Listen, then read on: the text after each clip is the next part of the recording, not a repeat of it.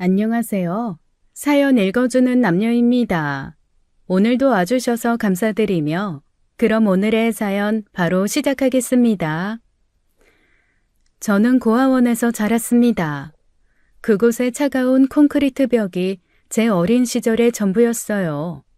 다른 아이들은 하나둘 입양되어 떠났죠. 저만 남았습니다. 19살이 될 때까지 그 철문 안에 있었어요. 누구도 저를 원하지 않았습니다. 그래서 저는 책을 붙들었어요. 새벽 4시에 일어나 공부했죠. 도서관 불이 꺼질 때까지 책상에 앉아 있었습니다. 원장님은 제게 미쳤다고 했어요. 대학에 가야 해요. 반드시 가야 한다고요. 현주야, 너무 무리하지 마. 그러다가 몸 상해. 괜찮아요. 정말 괜찮으니까 그냥 놔두세요. 서울의 명문대 회계학과에 합격했습니다. 장학금을 받았어요. 기숙사에 들어간 첫날 밤 저는 울었죠. 처음으로 제 힘으로 얻은 방이었습니다. 졸업 후 회계사 시험을 준비했어요. 3번 떨어졌습니다. 4번째에 붙었죠.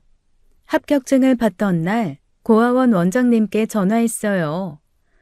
원장님, 저 회계사 됐어요. 진짜로 됐어요. 원장님은 전화기 너머로 흐느끼셨습니다. 지금 저는 35살입니다. 대형 회계법인의 회계사예요. 남들이 부러워하는 자리라고 하죠. 하지만 저는 여전히 새벽 4시에 눈을 뜹니다. 고아원 기상 시간이었거든요. 그 습관이 아직도 몸에 배어 있어요. 혼자 힘으로 여기까지 왔습니다. 회계법인 첫 출근 날이었습니다. 엘리베이터 안에서 손이 떨렸어요. 3년차 선배가 저를 맞았죠. 박준혁 선배였습니다. 신입이시죠? 이현주 회계사님. 네, 맞습니다. 긴장 많이 하셨네요. 얼굴이 하얗게 질렸어요. 아, 괜찮습니다. 선배는 제게 업무를 가르쳐 주었어요. 늦은 밤까지 남아 제 실수를 고쳐주었습니다. 다른 선배들은 퇴근했지만 그는 남았죠. 저는 그저 일에만 매달렸어요. 현주 씨, 저녁은 먹었어요? 일 끝내고 먹으려고요. 벌써 10시예요. 같이 뭐라도 먹어요. 이러다 쓰러지겠어요. 정말 괜찮습니다. 선배님 먼저 가세요. 그는 제 고집을 꺾지 못했습니다. 대신 편의점 김밥을 책상에 놓고 갔어요. 1년이 그렇게 흘렀죠. 어느 겨울밤이었습니다. 사무실에 저와 선배만 남았어요. 선배가 갑자기 말을 꺼냈습니다. 현주 씨, 나 할 말이 있어요. 네? 1년 동안 지켜봤어요. 당신이 얼마나 열심히 사는지, 얼마나 외롭게 버티는지 다 봤어요. 무슨 말씀을... 좋아해요. 진심으로. 나랑 만나줄 수 있어요? 저는 대답할 수 없었습니다. 사랑이란 감정이 제게 허락된 건지 몰랐어요. 하지만 그의 눈빛은 진실했죠. 저는 가진 게 없어요. 가족도, 집도 아무것도. 그런 게 뭐가 중요해요. 나는 당신이 좋아요.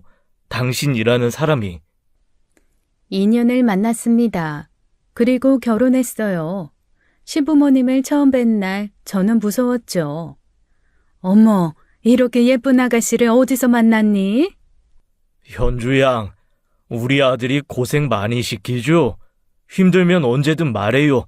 내가 대신 아주 혼쭐을 내줄 테니까. 이제부터 우리가 현주 씨 부모예요. 친정엄마 대신 내가 있을게요. 그분들은 제가 고아라는 걸 전혀 개의치 않으셨어요. 처음으로 가족이 생겼습니다. 따뜻한 밥상에 둘러앉는 일이 이렇게 행복한 건지 몰랐죠. 하지만 그 행복은 오래가지 못했습니다. 전혀 상상도 못하는 사람의 등장으로요. 그날 아침은 유난히 습했습니다. 아파트 지하 주차장으로 걸어가고 있었어요. 갑자기 검은 세단이 무릉덩이를 지나갔죠. 흙탕물이 제 정장을 덮쳤습니다. 차가 멈췄어요. 50대 후반의 남자가 내렸습니다. 저는 그가 사과할 거라 생각했죠. 하지만 그는 제게 시선도 주지 않았어요. 저기요, 잠깐만요. 남자는 멈춰 섰습니다. 천천히 돌아봤어요. 그의 눈빛이 이상했습니다. 뭐요? 옷이 이렇게 됐는데 사과라도 하셔야죠. 내가 일부러 그런 것도 아니고 당신이 거기 서 있었잖아. 네? 지금 제 잘못이라는 거예요? 남자가 다가왔습니다. 담배 냄새가 진하게 났어요. 아가씨, 세상 그렇게 만만하게 살면 안 돼. 증거 있어? 내가 일부러 튀긴 증거. 이게 증거 아니에요? 제 옷 좀 보세요. 그게 내 차에서 튄 건지 누가 알아, 어? 함부로 시비 걸지 말고 그냥 가. 제가 할 말을 잃었을 때였어요. 누군가 급하게 뛰어왔습니다. 야, 너 뭐 하는 거야? 내가 다 봤어? 뭐야? 내가 다 봤다니까? 일부러 물 튀긴 거. 어떻게 사람이 그럴 수가 있어?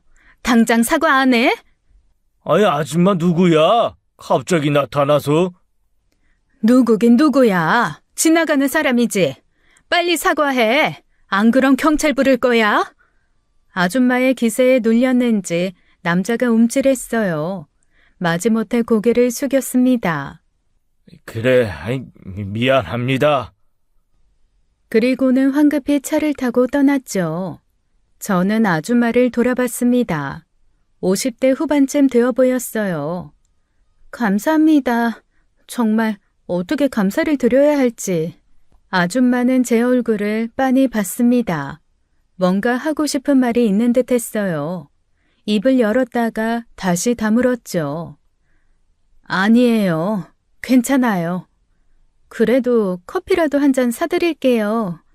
아니야, 나 급해서. 그냥 조심하세요. 아줌마가 돌아서는 순간 저는 이상한 느낌이 들었어요. 그 뒷모습이 묘하게 익숙했습니다. 어디서 본 것 같은데 기억이 나지 않았죠. 출근 시간이 다 되어서 서둘러 회사로 갔어요. 화장실에서 옷을 닦으며 계속 그 아줌마 얼굴이 떠올랐습니다. 분명 처음 보는 사람인데 왜 이렇게 익숙할까요? 거울을 보니 정장 재킷에 진흙 자국이 선명했습니다. 중요한 회의가 있는 날이었어요. 급하게 물티슈로 닦아냈죠. 그 아줌마의 눈빛이 자꾸 생각났습니다. 제 얼굴을 볼 때 눈가가 촉촉해지는 것 같았어요. 마치 오래 보고 싶었던 사람을 만난 것처럼요. 그리고 며칠이 지났습니다. 출근 전 늘 들르는 카페였어요. 아메리카노를 주문하려고 지갑을 찾았죠. 없었습니다. 가방을 뒤집어도 없었어요. 직원이 기다리고 있었습니다. 뒤에 줄도 길었죠. 잠시만요. 분명 여기 있었는데. 천천히 찾으세요. 죄송해요. 정말 죄송한데 일단 제가 다시. 그때였습니다. 누군가 제 어깨를 툭 쳤어요. 돌아보니 그 아줌마였습니다. 주차장에서 절 도와준 그분이었죠. 아가씨, 이거 찾아요? 제 지갑을 들고 계셨어요. 멍하니 받아들었습니다. 어떡해.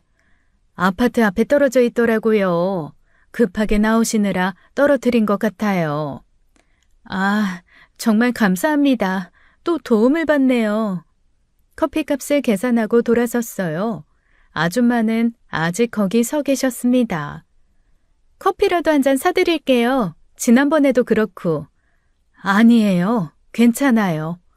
그래도 2번이나 도와주셨는데. 아줌마가 제 손을 잡았습니다. 그 손이 떨리고 있었어요. 정말 예쁜 아가씨네요. 참 곱게 자랐어. 네? 아니, 아무것도 아니에요. 그냥 건강하세요. 급하게 카페를 나가시는 뒷모습을 봤어요. 손등에 아직 그분의 온기가 남아 있었습니다. 따뜻하면서도 슬픈 온기였어요. 제 얼굴을 보는 그 눈빛이 잊히지 않았죠. 마치 잃어버린 무언가를 찾은 사람처럼. 그런데 왜 그렇게 슬퍼 보였을까요? 커피를 들고 회사로 가면서 계속 생각했습니다. 그분 얼굴이 낯설지 않았어요. 어디선가 본 것 같은 눈매였습니다. 거울을 볼 때마다 만나는 그런 눈매요. 차 안에서 백미러를 봤어요. 제 눈가와 닮았습니다. 광대뼈의 각도도 입술 선도 어딘가 비슷했죠. 우연이라고 생각했습니다. 세상에 닮은 사람이 한둘이겠어요. 하지만 가슴 한구석이 이상하게 두근거렸어요. 마치 오래전 잃어버린 퍼즐 조각을 찾은 것처럼요. 회사 지하 주차장에 차를 세웠습니다. 엘리베이터를 기다리며 핸드폰을 봤어요. 남편에게서 문자가 와 있었죠. 오늘도 파이팅! 사랑해! 평범한 일상의 메시지였습니다. 며칠 뒤 퇴근 후였습니다. 아파트 입구에서 누군가 서성이고 있었어요. 그 아줌마였습니다. 벤치에 앉았다 일어섰다를 반복하고 계셨죠. 남편과 함께 걸어가다 마주쳤어요. 아줌마가 우리를 보고 몸을 돌리려고 했어요. 그러다 다시 멈춰 섰습니다. 안녕하세요. 여기 사시나 봐요. 아니에요. 그게... 아줌마의 얼굴이 창백했습니다. 입술이 파랗게 떨렸어요. 할 말이 있어서 왔어요. 누구신데요? 내가 2번이나 도움받은 분이야. 무슨 일이세요? 괜찮으세요? 아줌마가 제 얼굴을 봤습니다. 눈에 눈물이 가득 고였어요. 한참을 말없이 서 있었죠. 미안해요. 정말 미안해요. 갑자기 왜 그러세요? 내가 너무 늦었어. 너무 늦게 와서. 무슨 말인지 알 수 없었습니다. 아줌마는 숨을 크게 들이쉬었어요. 그리고 떨리는 목소리로 말했죠. 내가 네 엄마야, 현주야. 네 친엄마. 공기가 멈춘 것 같았습니다. 남편의 손이 제 어깨를 잡았어요. 저는 아무 말도 할 수 없었죠. 무슨 말씀이세요? 35년 전에 너를 고아원에 내가 너를 버렸어. 미안해. 정말 미안해. 잠깐만요. 이게 지금 무슨... 현주야, 내가 엄마야. 네 엄마란다. 다리에 힘이 빠졌습니다. 남편이 절 붙잡지 않았다면 주저앉았을 거예요.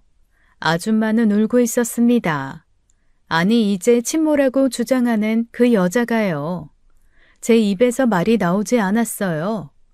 35년 동안 꿈꿔왔던 순간이었죠. 하지만 왜 이렇게 아무것도 느껴지지 않을까요? 기쁨도 슬픔도 분노도 없었습니다. 그저 텅 빈 것 같았어요. 저는 아무 말도 하지 못했습니다. 남편이 대신 말했어요. 여기서 이러지 말고 일단 집에 들어가서 얘기하시죠. 저희 3사람은 엘리베이터를 탔습니다. 12층까지 올라가는 동안 침묵이 흘렀어요. 집에 들어가자 남편이 커피를 내왔죠. 친모라는 여자가 말을 시작했습니다. 커피잔을 들었다 놓기를 반복하면서요. 21살이었어. 너를 낳았을 때 혼자였어. 네 아빠는 그 사람은 도망갔어. 임신 사실을 알고 바로. 돈이 없었어. 정말 단 하루도 굶지 않은 날이 없었어. 너한테 줄 분유도 못 사고 기저귀도 못 사고. 그녀의 목소리가 떨렸습니다. 1달을 버텼어. 딱 1달. 그리고 너를 고아원 앞에 놨어. 추운 겨울이었는데 담요 하나 제대로 못 사줬어. 그래서요. 35년 만에 나타나신 이유가 뭐죠? 찾으려고 했어. 정말이야. 3년 뒤에 다시 갔어. 그런데 고아원에 화재가 났었대. 서류가 다 타버렸다고. 네 기록이 없어졌다고 했어. 저는 그 이야기를 알고 있었어요. 제가 5살 때 고아원 화재 사건이 있었죠. 10년 전에야 찾았어. 사설 탐정을 고용해서. 너 대학 다닐 때였어. 멀리서 봤어. 도서관에서 공부하는 거, 친구들이랑 웃는 거. 그때 찾았다는 거예요? 10년 전에? 그래, 미안해. 그런데 못 나타났어. 내가 어떻게 나타나? 너무 잘 살고 있는데. 내가 나타나면 네 인생이 망가질 것 같았어. 그녀가 울기 시작했습니다. 콧물까지 흘리며 추하게 울었어요. 근데 이제는 너무 보고 싶어서 죽기 전에 한 번은 엄마라고 불러줬으면 해서. 그래서 용기 냈어. 미안해. 정말 미안해. 현주야, 괜찮아? 몰라. 정말 모르겠어. 그녀가 제 손을 잡으려 했습니다. 저는 피했어요. 오늘은 그만 가주세요. 너무 갑작스러워서 시간이 필요해요. 그래, 알았어. 연락처 줄게. 천천히 생각해. 엄마가 기다릴게. 그녀가 떠난 후 집안이 조용해졌습니다. 남편이 제 옆에 앉았어요. 많이 놀랐지? 어릴 때는 매일 꿈꿨어. 엄마가 찾아오는 꿈. 근데 지금은 아무것도 안 느껴져. 그녀가 떠난 후 잠을 못 잤습니다. 새벽 4시 또 눈이 떠졌어요. 남편이 제 등을 쓸어주었죠. 자야지. 내일 출근해야 하잖아. 그 사람 정말 내 엄마일까? 글쎄, 너무 갑작스럽긴 하네. 보고 싶었어. 평생 보고 싶었는데 왜 이렇게 화가 날까? 남편이 제 머리를 쓰다듬었습니다. 당연한 거야. 35년이야. 그 긴 시간을. 친자검사 해볼래. 확실히 알고 싶어. 그래, 원한다면. 다음 날 그 여자에게 연락했습니다. 떨리는 목소리로 전화를 받더군요. 친자검사를 하고 싶어요. 그래. 당연히 해야지. 네가 원하는 대로 할게. 내일 오전 10시 병원으로 오세요. 주소 찍어드릴게요. 병원 로비에서 만났습니다. 그녀는 초라한 옷차림이었어요. 낡은 가방을 꼭 쥐고 있었죠. 왔구나, 우리 현주. 검사실은 이쪽이에요. 체열하는 동안 그녀가 말했습니다. 무서워하지 마. 금방 끝나. 어릴 때도 주사 무서워했지? 태어났을 때 예방접종하느라. 기억나지 않아요. 한 달밖에 안 키웠다면서요. 그래도 기억해. 다 기억해. 일주일 후 결과가 나왔습니다. 남편과 함께 병원에 갔어요. 의사가 서류를 보여주었죠. 99.9% 일치합니다. 생물학적 모녀 관계가 맞습니다. 종이가 떨렸습니다. 아니, 제 손이 떨렸던 거예요. 남편이 제 손을 잡았어요. 정말 엄마였네. 현주야. 35년 만에 엄마가 생겼어. 근데 왜 기쁘지가 않지? 병원을 나와 그녀에게 전화했습니다. 검사 결과 나왔어요. 맞대요. 우리가 모녀가. 그래, 알았어. 고마워. 검사해줘서. 가끔 만날 수 있을까요? 정말? 정말 괜찮겠니? 많은 걸 바라지 마세요. 그냥 천천히. 그 후 한 달에 2번 만났습니다. 카페에서 차를 마시거나 밥을 먹었어요. 친모는 많은 걸 바라지 않았죠. 이렇게라도 볼 수 있어서 고마워. 정말 고마워. 가족은 없어요? 다른 자녀나? 없어. 너 보낸 후로 혼자 살았어. 죄스러워서 어떻게 다른 사람을 만나겠어. 그녀는 자기 집을 알려주지 않았습니다. 물어봐도 대답을 피했어요. 어디 사는지는 알아야 하지 않을까요?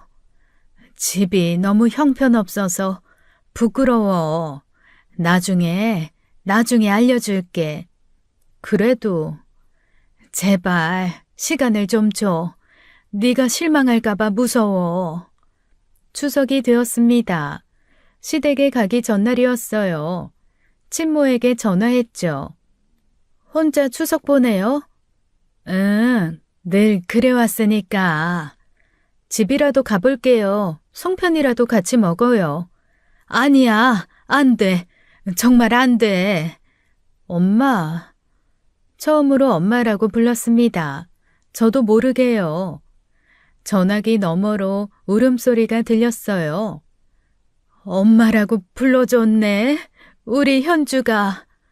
집 주소 알려줘요. 지금 갈게요. 한참 망설이다 주소를 알려주더군요. 서울 변두리 반지하 원룸이었습니다. 곰팡이 냄새가 심했어요. 들어오지 마. 밖에서 기다려. 뭐가 부끄러워요. 들어갈게요. 좁은 방에는 낡은 이불과 밥솥 하나뿐이었습니다. 냉장고도 없었어요. 창문 밖으로 사람들 발만 보였죠. 벽지는 곳곳이 떨어져 있었습니다. 습기로 부푼 자국들이 지도처럼 퍼져 있었어요. 구석에는 라면 상자가 쌓여 있었습니다. 어떻게 이런 곳에서. 익숙해. 오래 살았어. 너 찾느라 돈을 다 써서. 미안해. 이런 모습 보여서. 라면만 드셨어요? 냉장고도 없는데. 그것도 맛있어. 괜찮아. 진짜 괜찮아. 가슴이 아팠습니다. 남편이 제 어깨를 감쌌어요. 함께 온 남편도 충격을 받은 듯 했죠. 이런 곳에서 사셨군요. 사위 보기 부끄럽네. 이런 곳에. 어머니, 우리가 도와드릴게요. 가족인데 당연하죠. 고마워 여보. 그날 밤 친모와 송편을 빚었습니다. 친모가 제 손을 잡고 빚는 법을 가르쳐 주었어요. 손가락이 거칠고 갈라져 있었습니다. 설거지 아르바이트를 한다고 했죠. 이렇게 하는 거야. 예쁘게 빚어야 돼. 송편은 정성이거든. 엄마는 누구한테 배웠어요? 우리 엄마한테. 네 외할머니한테. 돌아가셨지만 네가 태어나기 전에. 외할머니도 계셨구나. 그래, 너한테 보여주고 싶어 하셨을 거야. 손녀 얼굴 한 번 못 보고 가셨어. 송편을 찌는 동안 친모는 낡은 앨범을 꺼냈습니다. 제 사진 한 장이 있었어요. 100일 사진도 아닌 그저 흐릿한 사진 한 장. 이게 전부야. 네 흔적은 이것뿐이었어. 사진 속 아기가 저였습니다. 흐릿하지만 분명 제 얼굴이었어요. 그날 밤 우리는 송편을 나눠 먹었습니다. 반지하 창문으로 가을 달빛이 희미하게 들어왔죠. 친모는 계속 울었고 저는 그런 그녀를 지켜봤습니다. 앞으로 어떻게 해야 할지 남편과 의논해야겠다고 생각했어요. 새벽 3시에 전화가 왔습니다. 병원 번호였어요. 불길한 예감이 들었죠. 한미숙 씨 보호자 되시나요? 네? 한미숙이요? 이 번호가 비상 연락처로 되어 있어서요. 화재 사고로 응급실에 계십니다. 남편과 급히 병원으로 갔습니다. 친모는 응급실 베드에 누워 있었어요. 산소 마스크를 쓰고 있었죠. 연기를 좀 마셨지만 생명에는 지장 없습니다. 운이 좋으셨어요. 화재요? 어떻게? 다세대 주택 1층에서 불이 시작됐답니다. 반지하까지 연기가 가득 찼다고. 친모가 눈을 떴습니다. 제 손을 잡으려고 했어요. 현주야, 미안해. 또 패키치네. 무슨 소리예요? 다친 데는 없어요? 집이 다 탔대. 가진 것도 없었는데 그마저도. 경찰이 찾아왔습니다. 화재 원인을 조사 중이라고 했어요. 초기 조사로는 1층 원룸에서 시작된 것 같습니다. 전기 가부와 추정이고요. 반지하는 피해가 심한가요? 연기 피해가 심합니다. 아마 살림살이는 거의 못 쓸 겁니다. 친모가 울기 시작했습니다. 네 사진이 거기 있는데 그것만이라도. 엄마, 괜찮아요. 사진은 또 찍으면 돼요. 그래도 그건 네가 아기 때. 퇴원 수속을 밟았습니다. 갈 곳이 없는 친모를 그냥 둘 수 없었어요. 우리 집으로 모시자. 당분간이라도. 괜찮겠어? 당연하지. 어머니가 이런 일을 당하셨는데. 친모는 고개를 저었습니다. 안 돼. 패 끼칠 수 없어. 찜질방이라도. 무슨 소리예요. 엄마가 찜질방이라니. 우리 집 가요. 정말 괜찮겠니? 차를 타고 집으로 가는 길이었습니다. 친모는 계속 미안하다고 했어요. 창밖으로 새벽 도시에 불빛들이 흘러갔죠. 왜인지 모르게 불안한 기분이 들었습니다. 친모가 우리 집에 온 지 2달째였습니다. 그날 아침 화장실에서 전 임신 테스트기를 들고 있었어요. 2줄이었습니다. 남편에게 보여주었죠. 남편이 절 안아주었어요. 우리가 부모가 되는구나. 무서워. 잘할 수 있을까? 잘할 거야. 우리 둘이면. 거실로 나가니 친모가 아침을 차리고 있었습니다. 제 얼굴을 보더니 뭔가 눈치챘나 봐요. 현주야, 무슨 좋은 일 있니? 얼굴이 환해. 엄마, 저 임신했어요. 정말? 정말이야? 친모가 제 손을 꼭 잡았습니다. 눈물이 그렁그렁했어요. 내가 손주를 보는구나. 꿈만 같아. 입덧이 심했습니다. 아무것도 못 먹고 누워있는 날이 많았어요. 친모가 늘 곁에 있었죠. 생강차 끓여왔어. 이거 마시면 좀 나을 거야. 엄마도 힘든데. 무슨 소리야. 우리 엄마도 나 임신했을 때도 이랬어. 배가 불러오면서 친모는 더 헌신적이었습니다. 매일 영양식을 만들었어요. 태교 음악도 틀어주었죠. 어느 날 밤이었습니다. 친모가 제 배를 쓰다듬으며 말했어요. 미안해. 너한테는 이런 거 못해줬는데. 아무것도 못해줬는데. 엄마, 그만해요. 지나간 일이잖아요. 이 아이는 절대 세상에서 제일 행복한 아이로 만들어줄 거야. 엄마도 있고, 아빠도 있고, 할머니도 있고. 진통이 시작됐습니다. 새벽 2시였어요. 친모가 먼저 일어나 가방을 챙겼죠. 병원에서 10시간을 기다렸습니다. 친모는 제 손을 놓지 않았어요. 힘내. 조금만 더 힘내. 잘하고 있어. 엄마, 무서워요. 괜찮아. 다 괜찮을 거야. 엄마가 있잖아. 딸이 태어났습니다. 2.8kg의 작은 아기였어요. 친모가 아기를 안았을 때 그녀의 손이 떨렸습니다. 이렇게 예쁜 아이를, 내가 어떻게 너를. 말을 잇지 못하고 울었습니다. 아기를 보며 계속 울었어요.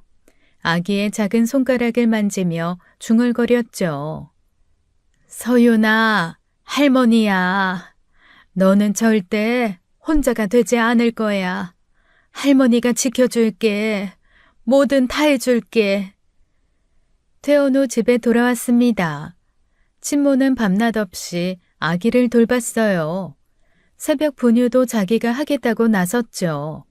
하지만 저는 알 수 없는 불안감을 느꼈습니다. 친모가 아기를 안고 있는 모습이 왜인지 낯설었어요. 가끔 아기를 보는 그녀의 눈빛이 이상했습니다. 마치 다른 누군가를 보는 것 같은 그런 눈빛. 말로 설명할 수 없는 그런 느낌이었어요.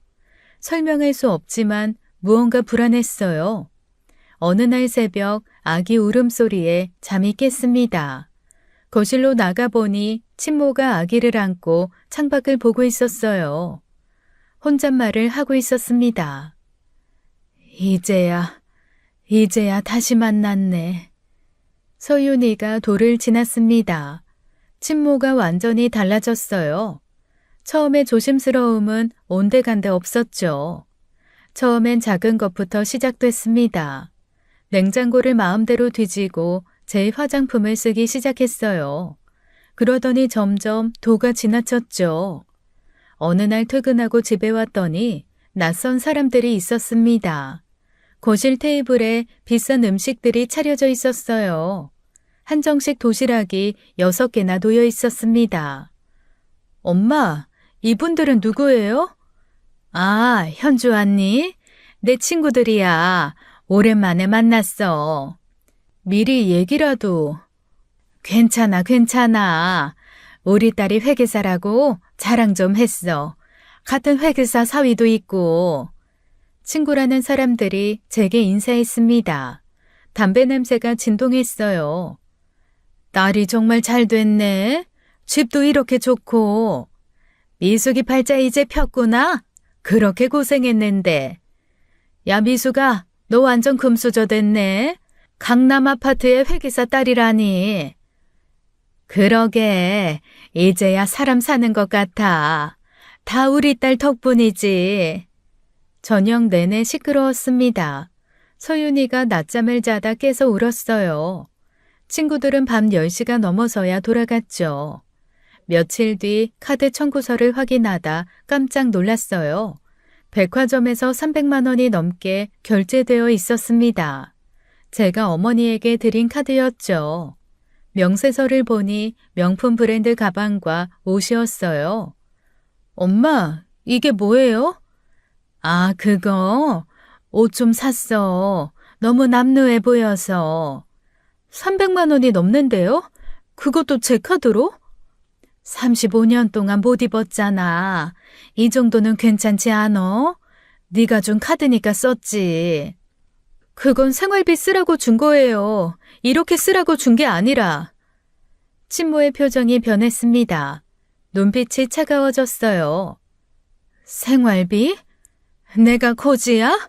용돈 받는 거지? 그런 뜻이 아니라 35년을 떨어져 있었어. 35년. 그동안 네가 누린 걸 나는 하나도 못 누렸어. 목소리가 점점 커졌습니다. 엄마, 그건 엄마가 날 버려서 그런 거잖아요. 순간 정적이 흘렀습니다. 친모의 얼굴이 일그러졌어요. 입술이 파르르 떨렸죠. 그래, 내가 버렸지. 내가 나쁜 년이지. 그러니까 이제 와서 이것도 못 받는다 이거니? 응? 그래, 네가 입은 옷 학비, 그 모든 게 다 내가 해줬어야 하는 거지. 근데 못 해줬으니까 난 엄마도 아니라 이거지. 내가 줬어야 할 건데. 어머니, 현주가 그런 뜻이 아니라. 박서방은 나서지 말게. 이건 우리 모녀 일이야. 자네가 왜 끼어들어? 친모가 테이블을 쳤습니다. 컵이 떨어져 깨졌어요. 내가 뭘 그렇게 잘못했어? 응? 가난한 게 죄야? 어려서 애 낳은 게 죄야? 평생 죄인처럼 살았는데 이제 와서 조금 쓴 게 그렇게 큰 죄야? 눈물과 콧물을 흘리며 울부짖었습니다. 집도 없는 내가 어디로 가? 이제 다 늙어서 노숙이라도 하라고? 죽으라는 거지? 그래, 죽으면 되지. 죽으면! 친모가 방으로 들어가며 문을 쾅 닫았습니다. 서윤이가 또 울기 시작했어요. 남편이 제 손을 잡았어요. 현주야, 너무 심하게 말한 것 같아. 내가 심해? 저 사람이 변한 거잖아. 처음엔 조심스러워하더니 이제는. 그래도 35년의 죄책감이 있잖아. 조금 이해해줘. 이해? 매일 이러는데? 1시간쯤 지났을까요? 친모가 짐을 싸기 시작했습니다. 낡은 보따리에 옷가지를 쑤셔 넣었어요. 보따리를 들고 현관으로 향했습니다. 나 나갈게. 패 끼쳐서 미안해. 엄마, 그만해요. 어디 가려고. 찜질방이든 어디든 가지. 서럽게 사는 게 내 팔짱가 봐. 딸한테도 천도꾸러기니까. 현관문을 열려는 친모를 남편이 막았습니다. 어머니 이러지 마세요. 가족끼리 이럴 수 있죠. 가족? 나를 가족으로 봐? 그럼 이렇게 돼야겠어? 결국 남편이 1시간을 달랬습니다. 친모는 마지못해 짐을 풀었어요. 하지만 그날 이후로 뭔가 달라졌습니다. 친모는 더 당당해졌고 저는 더 불편해졌죠. 일주일 뒤였습니다. 몸이 안 좋아서 회사를 조퇴했어요. 열이 나고 머리가 깨질 것 같았죠. 집에 조용히 들어갔어요. 담배 냄새가 났어요. 베란다에서 친모가 통화하고 있었습니다. 서윤이는 거실 매트에 혼자 있었어요. 울다 지쳐 잠든 모습이었죠. 친모의 목소리가 들렸습니다. 걱정하지 마. 걔는 내 말이면 뭐든 들어. 뭔가 더 말하는 것 같았지만 잘 들리지 않았어요. 제 존재를 느꼈는지 친모가 돌아봤습니다. 순간 얼굴이 하얗게 질렸어요. 현주야, 언제 왔니? 방금요. 누구랑 통화했어요? 아, 친구. 그냥 친구야. 저는 서윤이를 안아들었습니다. 뺨에 눈물 자국이 있었어요. 애가 울었는데 왜 방치했어요? 잠깐 통화하느라. 미안. 베란다에서 담배 피운 거예요? 친모가 당황했습니다. 아니, 그게 아니라 아이가 있는 집에서 담배를? 언제부터 피운 거예요? 스트레스 받아서 가끔, 아주 가끔만. 화가 치밀어 올랐습니다. 나가요. 뭐?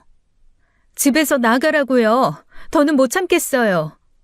친모의 표정이 변했습니다. 아까의 당황은 사라지고 차가운 눈빛이 돌아왔어요. 또 이러는구나. 엄마를 버리려고? 아랫집에서 담배 냄새 난다고 항의했었어요. 우리 집엔 담배 피우는 사람 없다고 했는데 엄마였네요. 그게 뭐 그렇게 큰일이야? 큰일이죠. 서윤이가 있는데. 그리고 아까 통화. 걔는 내 말이면 뭐든 들어? 이게 뭔 뜻이에요? 친모가 입술을 깨물었습니다. 그냥 친구일 얘기야. 거짓말하지 마요. 뭔가 숨기고 있죠? 숨길 게 뭐가 있어? 나 의심하는 거니? 목소리가 커졌습니다. 서윤이가 깨서 울기 시작했어요. 그래, 나갈게. 이 나이에 딸한테도 쫓겨나는구나. 죽어야겠지. 죽어야. 남편이 퇴근해서 들어왔습니다. 상황을 파악하고 한숨을 쉬었어요. 현관에 구두를 벗으며 지친 표정이었죠. 또 싸웠어? 여보, 뭔가 이상해. 누군가랑 통화하면서 이상한 얘기하고. 아무것도 아니야. 넌 왜 자꾸 날 의심하는 거니? 일단 진정하고 얘기해요. 하지만 저는 확신했습니다. 그 여자가 무언가 숨기는 게 있다는 걸요. 남편이 친모를 달랬습니다. 친모는 다시 방으로 들어갔죠. 안방에서 남편과 마주 앉았어요. 서윤이는 남편 품에서 잠들었어요. 현주야, 너무 예민한 거 아니야? 예민한 게 아니야. 분명 뭔가 이상해. 어머니가 친구랑 통화한 것뿐이라잖아. 아니, 분명 뭔가 있어. 남편이 한숨을 쉬었습니다. 그래도 친자 검사까지 했잖아. 당신 엄마인데. 그게 이상한 거야. 뭐가? 느낌이 달라. 처음 만났을 때랑 지금이랑 완전히 다른 사람 같아. 제 손이 떨렸어요. 남편이 잡아주었죠. 여보, 나 무서워. 저 사람이 정말 우리 엄마가 맞을까? 현주야. 아니, 엄마가 맞다고 쳐도 뭔가 숨기고 있어. 분명해. 난 느낄 수 있어. 말로 설명은 못하지만 뭔가 있어. 그날 밤 잠을 못 잤습니다. 천장만 바라봤어요. 친모의 통화 내용이 계속 맴돌았죠. 새벽에 거실로 나갔습니다. 물을 마시려고요. 친모 방 문틈으로 불빛이 새어나왔어요. 다음 날 아침이었습니다. 남편이 출근하고 저만 남았어요. 친모는 거실에서 TV를 보고 있었죠. 병원 다시 가요. 병원? 왜? 친자검사 다시 하고 싶어요. 뭐? 왜 갑자기? 친모의 눈빛이 날카로워졌습니다. 날 의심하는 거야? 네 엄마를? 그냥 확실히 하고 싶어요. 이미 했잖아. 99.9% 나왔잖아. 그래도 친모가 벌떡 일어섰습니다. 네가 날 믿지 못하는구나. 35년 만에 만난 엄마를. 믿고 싶어요. 정말 믿고 싶은데 그럼 믿어. 왜 자꾸 의심해? 소리를 지르며 방으로 들어갔습니다. 저는 확신했어요. 뭔가 크게 잘못되고 있다는 걸요. 그날 밤 저는 잠들지 못했어요. 천장의 어둠을 바라보며 결심했습니다. 다음 날 아침 남편이 출근하자마자 흥신소를 찾아갔죠. 그 사람의 모든 걸 알고 싶어요. 과거, 현재, 주변 사람들까지 전부요. 비용이 만만치 않으실 텐데요. 상관없어요. 얼마든지 낼게요. 2주일이 지났습니다. 친모는 여전히 우리 집에 있었어요. 저는 작은 원룸을 알아보기 시작했죠. 엄마, 이제 독립하셔야 할 것 같아요. 원룸 하나 구해드릴게요. 현주야, 엄마가 잘못했어. 정말 잘못했어. 딱 한 번만 용서해줘, 응? 내가 정신이 나갔었나 봐. 다시는 그런 일 없을게. 눈물을 흘리며 저를 붙잡는 그 손이 차가웠습니다. 마치 죽은 사람의 손처럼요. 내가 어떻게 널 찾았는데 이렇게 버리면 안 돼. 현주야, 엄마 버리지 마. 제발 죽을 때까지 조용히 있을게. 네 눈에 안 띄게 살게. 남편이 방으로 들어와 저를 말렸어요. 당신 너무 심한 거 아니야? 어머니가 저렇게 사과하시는데. 서윤이 어머님께 맡겨. 당장. 뭐? 아니, 우리 엄마한테? 왜 갑자기 애를... 느낌이 이상해. 뭔가 위험한 느낌이 들어. 제발 이번만큼은 내 말 들어줘. 저는 그날로 아이를 시댁에 맡겼습니다. 친모는 울며 매달렸지만 저는 단호했어요. 서윤이까지 할머니한테서 떼어놓는 거야? 내가 그렇게 못 믿어워? 내가 뭘 그렇게 잘못했다고. 아이가 없는 집은 텅 빈 것처럼 조용했죠. 친모는 구석에 웅크리고 앉아 있었습니다. 한 달이 지났어요. 그날은 금요일 오후였습니다. 집에서 연차를 내고 서류 정리를 하고 있는데 휴대폰이 울렸죠. 흥신소에서 온 문자였습니다. 조사 완료, 첨부 파일 확인 요망. 저는 떨리는 손으로 파일을 열었어요. 그리고 그 내용을 확인한 저는 충격을 받았습니다. 남편에게 전화를 걸려는 순간이었어요. 갑자기 눈꺼풀이 무거워졌습니다. 이상했죠. 오후 3시인데 이렇게 졸릴 리가 없었어요. 휴대폰이 손에서 미끄러졌습니다. 저는 간신히 의식을 붙잡고 책상을 둘러봤어요. 주스잔이 보였죠. 제가 늘 마시던 오렌지 주스병이었습니다. 친모가 아침에 건네준 거였어요. 현주야, 피곤해 보이는데 이거라도 마셔. 비타민 들어있어서 좋대. 그때 그 얼굴이 떠올랐습니다. 평소와 달리 눈을 마주치지 않던 그 표정이요. 문득 집 방 문틈으로 뭔가 스며들었어요. 연기였습니다. 회색빛 연기가 천천히 그러나 확실하게 들어오고 있었죠. 저는 벌떡 일어났어요. 다리에 힘이 없었지만 문을 열고 나갔습니다. 복도가 연기로 가득했어요. 불이야라고 소리치려 했지만 목소리가 나오지 않았습니다. 주스에 수면제가 들어있던 게 분명했어요. 수면제 때문인지 혀가 제대로 돌지 않았습니다. 계단으로 내려가려 했지만 이미 현관문에서 연기가 차올라 있었죠. 현관으로 나갈 수 없었어요. 저는 다시 거실로 돌아왔습니다. 베란다 창문을 열었어요. 12층이었습니다. 뛰어내릴 수는 없었죠. 화장실로 뛰어갔어요. 수건을 물에 적셔 코와 입을 막았습니다. 연기가 점점 짙어졌어요. 다시 현관문으로 나가려고 했지만 문고리가 뜨거웠습니다. 불길이 복도를 타고 올라온 거였어요. 문을 열 수가 없었죠.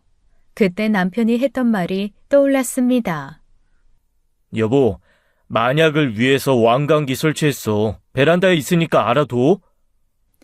그런 거 왜 설치해? 불길한데. 만약을 위해서야. 고층이잖아. 혹시 모르니까. 뒷베란다로 뛰어갔어요. 왕관기가 벽에 걸려 있었습니다. 떨리는 손으로 고리를 몸에 걸었죠. 창문을 열었습니다. 12층 아래가 아득했어요. 하지만 선택의 여지가 없었죠. 저는 베란다 난간을 넘었습니다. 왕관기 줄을 잡고 천천히 내려가기 시작했어요. 바람이 불었습니다. 몸이 흔들렸어요. 위를 올려다보니 검은 연기가 창문으로 쏟아져 나오고 있었죠. 10층을 지났습니다. 팔이 아팠어요. 9층, 8층. 그때 위에서 폭발음이 들렸습니다. 유리창이 깨지는 소리였어요. 파편이 떨어졌죠. 저는 이를 악물고 계속 내려갔습니다. 7층, 6층, 5층. 손바닥이 쓸려 피가 났어요. 하지만 멈출 수 없었습니다. 3층쯤 왔을 때 아래서 사람들의 소리가 들렸어요. 저기 사람 있어요! 빨리 119에 신고해요! 매트리스 가져와, 빨리! 마침내 땅에 발이 닿았습니다. 다리가 풀려 주저앉았어요.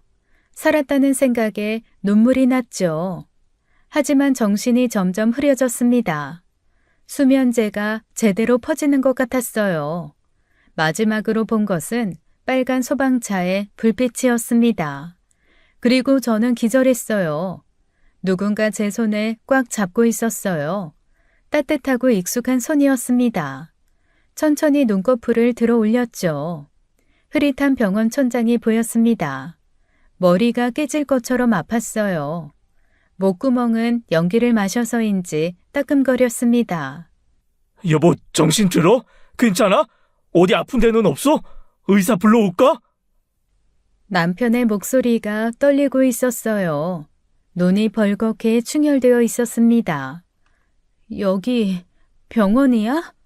병원이야. 집에서 불이 나서 왕관기로 탈출했다면서. 하마터면 큰일 날 뻔했어. 내가 늦게 알아서 미안해. 살아있다는 게 실감났어요. 가슴 깊은 곳에서부터 눈물이 차올랐죠. 왕관기를 타고 내려올 때의 공포가 다시 밀려왔습니다. 그 여자가 날 죽이려고 했어. 무슨 소리야? 그 여자라니. 진정해. 천천히 말해. 엄마라고 하는 그 여자. 내가 늘 마시는 주스에 수면제를 탔어. 분명히 그랬어. 갑자기 졸음이 쏟아졌거든. 그리고 불을 질렀어. 남편의 표정이 굳어졌습니다. 여보, 진정해. 일단 진정하고, 화재는 지금 조사 중이래. 전기 합선일 수도 있다고. 아니야. 절대 아니야. 흥신소 조사 결과 봐. 내 폰 어딨어? 그 여자한테 내 연남이 있어. 여보, 내 핸드폰. 저는 떨리는 손으로 휴대폰을 찾았습니다. 침대 옆 테이블에 있었습니다. 화면에 금이 가 있었지만 다행히 작동했어요. 흥신소 파일을 열어 남편에게 보여줬습니다. 남편이 휴대폰 화면을 뚫어지게 바라봤어요. 흥신소가 보낸 파일을 손가락으로 확대하며 하나씩 확인했습니다. 첫 번째 사진에는 그 여자와 남자가 팔짱을 끼고 있었죠. 이 남자 기억나? 내가 말했었잖아. 주차장에서 나한테 흙탕물 튀기고 시비 걸었던 그 남자야. 아, 그때 그 남자? 어머니가 나타나서 혼냈다던? 맞아. 근데 그게 우연이 아니었어. 이 남자가 그 여자의 내연남이야. 7년째 만나고 있대. 남편의 표정이 굳어졌어요. 믿기지 않는다는 듯 고개를 저었습니다. 7년이라고? 우리 결혼한 지 3년인데, 그럼 처음 만났을 때부터 이미... 처음부터 다 계획이었던 거야. 의도적으로 접근한 거라고. 다음 페이지를 넘겼습니다. 경찰 조서 사본이 화면에 떴어요. 다세대 주택 화재 사건 방화 의혹이라는 제목이 선명했죠. 이거 봐. 그 여자가 살던 원룸 화재 사건이야. 그 여자 방화 의혹으로 경찰 조사받았대. 유력한 용의자가 바로 한미숙, 그 여자고. 뭐? 아니, 자기 집에 불을 질렀다고? 도대체 왜? 그래서 우리한테 온 거야. 불쌍한 척하면서. 집도 타서 갈 곳도 없다면서 눈물 흘리고 다 거짓이었어. 남편의 얼굴이 하얗게 질렸습니다. 휴대폰을 내려놓고 이마를 짚었어요. 손이 미세하게 떨리고 있었죠. 그럼 오늘 집 불도 그 여자가 한 거야? 당신을 죽이려고? 내가 늘 마시는 오렌지 주스 있잖아. 아침에 그 여자가 건넸는데 마시자마자 졸음이 쏟아졌어. 수면제를 탄 거야. 그리고 불을 지른 거지. 내가 정신 잃고 타 죽길 바랐겠지. 남편이 주먹을 꽉 쥐었어요. 분노로 턱이 떨리고 있었습니다. 눈빛이 무서울 정도로 차가워졌어요. 정말 미친년이네. 우리가 뭘 잘못했다고? 당신을 죽이려 하다니 도대체 왜 이런 짓을? 나도 모르겠어. 지금 당장 경찰에. 남편은 이미 휴대폰을 들고 있었어요. 112를 누르며 신고를 시작했습니다. 여보세요? 경찰서죠? 살인 미수 사건 신고합니다. 제 아내가 누군가에게 습격당했어요. 방화와 약물 투여로. 네, 지금 병원입니다. 용의자 신원도 알고 있어요. 남편은 차분하게 모든 상황을 설명했어요. 한미숙이라는 이름, 내연남의 존재, 과거 방화 전력까지요. 전화를 끄는 남편이 제 손을 꽉 잡았습니다.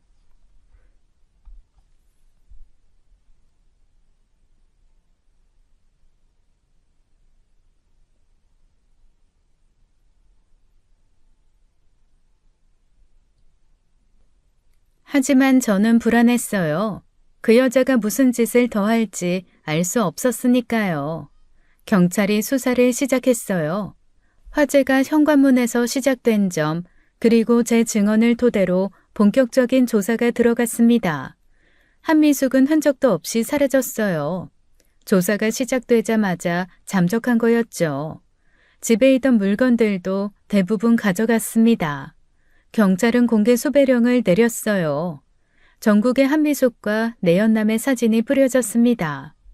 한 달이 지났어요. 그토록 찾던 소식이 왔습니다. 한미숙 체포했습니다. 지방의 한 펜션에서 내연남과 함께 있었어요. 전남 쪽이었습니다. 다음 날 경찰서로 불려갔어요. 형사님이 심각한 표정으로 저희를 맞았습니다. 조사 과정에서 충격적인 사실이 밝혀졌습니다. 한미숙 씨, 일란성 쌍둥이였어요. 일란성 쌍둥이요? 네, 한미숙에게는 한미정이라는 쌍둥이 동생이 있었습니다. 그리고 한미정 씨가 바로 이연주 씨의 진짜 친모였어요. 머리가 하얘졌어요. 그럼 그 여자는 내 친모가 아니라 한미숙은 당신의 이모였던 거죠. 친모의 쌍둥이 언니요.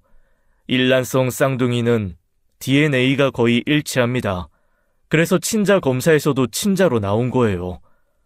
그럼 진짜 어머니는 한미정 씨는 이미 오래전에 돌아가셨습니다. 2004년인가 2005년쯤이었다고 하네요. 저는 숨이 막혔어요. 진짜 엄마는 이미 세상에 없었던 거예요. 20년 전에 이미. 왜 그 여자가 친모인 척 접근한 거죠? 재산이 목적이었습니다. 한미숙은 빚이 많았어요. 내연남도 마찬가지였고요. 당신이 회계사로 잘 살고 있다는 걸 알고 계획적으로 접근한 겁니다. 이제야 모든 게 맞춰졌어요. 처음 만났을 때부터 느꼈던 그 위화감, 그 차가운 손길과 이상한 눈빛, 말로 설명할 수 없던 그 느낌이 바로 이거였어요. 친모가 아니었기 때문에 느꼈던 본능적인 거부감, 제 촉이 맞았던 거예요. 처음엔 당신에게 얹혀 살면서 돈을 뜯어낼 계획이었던 것 같아요. 하지만 당신이 의심하고 조사까지 시작하자. 그래서 날 죽이려고 한 거군요. 맞습니다. 당신이 죽으면 자신이 유일한 혈육이라며 남편분께 의지할 생각이었겠죠. 소름이 돋았어요. 그 여자의 계획이 얼마나 치밀했는지. 한미숙은 동생이 죽은 후 동생 행세를 할 기회를 노리고 있었던 것 같습니다. 일란성 쌍둥이라는 점을 악용한 거죠. 정말 악랄한 여자네요. 저는 한참을 말이 없었어요. 진짜 엄마는 이미 오래전에 떠났고 만난 건 가짜였다니요. 그래도 이제는 알았어요. 왜 그토록 불안했는지, 왜 그토록 거부감이 들었는지. 제 마음이, 제 몸이 이미 알고 있었던 거예요. 그 여자는 제 엄마가 아니었다는 걸요. 경찰의 강도 높은 조사가 계속됐어요. CCTV를 하나하나 분석하고 현장 증거를 수집했습니다. 며칠 후 형사님이 연락을 주셨어요. CCTV 분석 결과 나왔습니다. 화재 당일 집 건물에 들어간 사람이 확인됐어요. 조상철, 한미숙의 내연남입니다. 그 남자가 직접 불을 지른 거군요. 맞습니다. 얼굴이 선명하게 찍혔어요. 현관문 앞에서 무언가 하는 모습도 포착됐고요. 결정적 증거였습니다. 우리 집에 불을 지른 것도 그 내연남이었던 거예요. 형사님이 이어서 말했어요. 조상철 신문했습니다. 결국 모든 걸 털어놨어요. 한미숙이 시켰다고 자백했습니다. 역시 그 여자가. 네, 한미숙이 당신 일정을 파악해서 집에 있을 시간을 노렸다고 합니다. 오렌지 주스에 수면제를 탄 것도 한미숙이었고요. 남편이 주먹을 꽉 쥐었어요. 그 여자가 정말로 당신을 죽이려고 믿을 수가 없네. 모든 것은 돈 때문이었습니다. 이연주 씨 재산을 노린 거죠. 저는 온몸에 소름이 돋았어요. 그 여자의 계획이 얼마나 치밀했는지 생각하니 끔찍했습니다. 추측이지만 종국에는 남편분도 제거하려 했을 가능성이 큽니다. 그래야 모든 재산을 차지할 수 있으니까요. 남편의 얼굴이 창백해졌어요. 우리 가족 전체가 위험에 노출됐던 거였습니다. 정말 악마 같은 여자네요. 어떻게 사람이 그럴 수가. 한미숙 계좌를 조사했더니 도박 빚이 수억이었어요. 조상철도 사업 실패로 빚더미에 앉아 있었고요. 절박했던 거죠. 그래도 사람을 죽이려고 하다니. 남편이 제 손을 꽉 잡았어요. 분노로 떨리는 손이었지만 저를 위로하려 애쓰는 게 느껴졌습니다. 여보, 이제 끝났어. 그 악마들 이제 처벌받을 거야. 당신이 무사해서 정말 다행이야. 정말로. 남편의 눈에 눈물이 고였어요. 저도 울컥했습니다. 며칠 후 검찰에서 연락이 왔어요. 한미숙은 살인 미수, 방화, 사기 등으로 기소됐습니다. 조상철도 공범으로 기소됐고요. 재판이 시작됐습니다. 한민숙은 끝까지 발뺌했지만 증거가 너무 명백했어요. 판사의 선고가 내려졌습니다. 피고인 한미숙에게 징역 15년을 선고합니다. 피고인 조상철에게 징역 10년을 선고합니다. 법정을 나오며 저는 하늘을 올려다봤어요. 진짜 엄마가 어딘가에서 저를 지켜봐 주신 것 같았습니다. 결국 그들은 처벌을 받았어요. 악한 계획은 실패했고 정의가 승리했습니다. 재판이 끝나고 1년이 지났어요. 저는 다시 일상으로 돌아왔습니다. 가끔 창밖을 보며 생각해요. 진짜 엄마는 어떤 사람이었을까 하고요. 비록 만나지는 못했지만 저를 찾다가 돌아가셨다는 사실만으로도 위안이 됐습니다. 적어도 엄마는 저를 사랑했던 거니까요. 시어머니가 말씀하셨어요. 네가 그렇게 이상한 느낌을 받은 게 다 이유가 있었구나. 아무래도 네 엄마가 지켜준 것 같다.